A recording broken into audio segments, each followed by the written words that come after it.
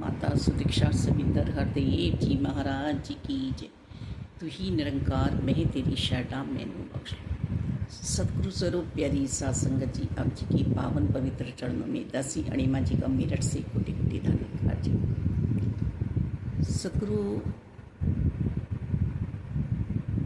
जी हमें समझा रहे हैं कि इंसान के पास कुछ भी हो, सुंदर रूप जवानी हो, धन दौलत भी बहुत हो और सब जगह उसको सलाम मिलता हो, उसकी जी हजूरी होती हो, उसका सत्कार होता हो और घर में नौकर चाकर भी बहुत हो, मान लेता और उसे काम नहीं करने पड़ते हों और ऐसी सुंदर सुंदर सेजे बिछवी हों कि वह पांव पसार के सो रहा है, उसे आने वाली कल की चिंता नहीं है। सिर्फ और सिर्फ वह अपने पूर्व जन्म के कर्मों के आधार पर यह सब कुछ सुख भोग रहा है और समय समय आने पर वह पुण्यदान भी कर लेता हो। उसकी यश कीर्ति वैभव भी संसार में बहुत हो।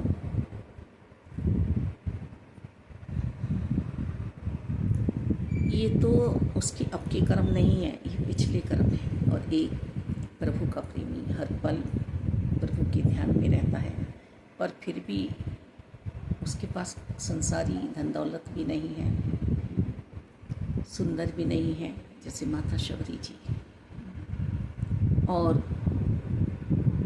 उसके पास इस संसार में सुख के नाम पर कुछ नहीं है। बस वह सबको यही दिख रहा है कि ये प्रभु का प्रेमी भी है।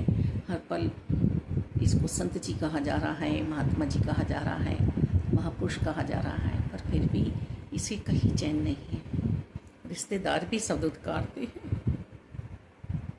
पर ये उसके प्रारब्ध हैं। पर आपके कर्म जो वह कर रहा है बहुत सुंदर कर रहा है, बहुत प्यारे कर रहा है। सबसे प्यारी कृपा तो उस पे मानुष तो चोले में यही हुई है कि निरंकार ने उसे अपने साकार रूप में अपना लिया है। वह साकार सतगुरु जी की सेवाओं में तन्मयता के साथ लगा हुआ है। अब सेवाएं तो किसी भी प्रकार की हो सकती हैं। मैंने अपने मन में धारण कर लिया है कि मुझे सत्संग जाना है, हर स्थिति में तो जाना है।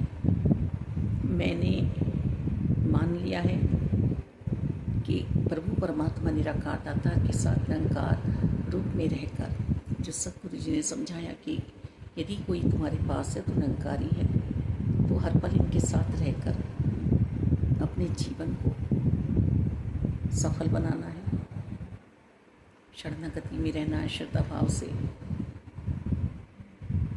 पर दूसरे तो सोच रहे हैं ना कि इसको कुछ नहीं मिल रहा है। अनुभवी एक माता जी बहुत बुजुर्ग कह रही थी दासी से कि बेटा तुम इतनी भक्ति करती हो, इतना आनंद प्राप्त करती हो और कराती हो, उम्र भी कुछ ऐसी नहीं है, बहुत साल पहली बात है, तो फिर भी तुम पे इतने दुख। फिर उन्होंने ही अपने प्रश्न का उत्तर दिया कि ये तुम्हारे पूर्व जन्म के दुख हैं, पर सतगुरु जी की जो कृपा हुई है उससे तुम्हें भक्ति प्राप्त हुई है, आनंद की प्राप्ति हुई है। तुम आनंद में जो रहती हो, तुम परमात्मा के साथ जो रहती हो, ये मुक्ति है, ये मोक्ष है। तो हमें ये नहीं सोचना है उस पे क्या है, ये सोचना है मुझ पे क्या है, और ये सोचते हुए अपने जीवन को जीना है। और साकार सतगुरु जी का ध्यान कभी भी नहीं छोड़ना है। ये निरंकार रूप में ही हमें मिले हैं जो वेदों में शास्त्रों में लिखा है। गीता जी में, भागवत जी में भी हमें समझाया जा रहा है। भगवान श्री कृष्ण जी भी समझा रहे हैं और गुरुदेव व्यास जी भी समझा रहे हैं कि समय पे आए हुए हो पूर्ण तत्व वेता से जो मुझे जान लेता है निरंकार रूप में, और मेरी भक्ति साकार रूप में करता है, सेवाएं करता है, मेरे ही ध्यान में जो हर पल मगन रहता है, जगत का कार्य वह मुझे ही मानकर करता है, ऐसी प्रेमी को मैं कभी नहीं छोड़ता अर्जुन, कभी नहीं छोड़ता। उसे मैं अपना लेता हूँ, बस वो मेरे ही तो लिए जी रहा है। और ये जीवन दिखावे का ना हो, ये जीवन सिर्फ और सिर्फ सुचारू रूप से परमात्मा की ओर बहता चला जाए मालिक, मर्यादाओं में रहते हुए, अनुशासन में रहते हुए, मेरी तरफ से किसी को दुख ना हो मालिक दाता। सबको सुख मिले, सबको सुख मिले दाता।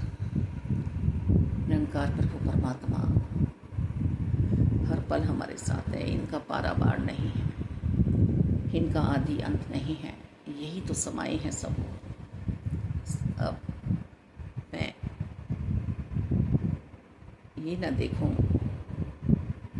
कि दूसरों के कर्म कैसे हैं, मैं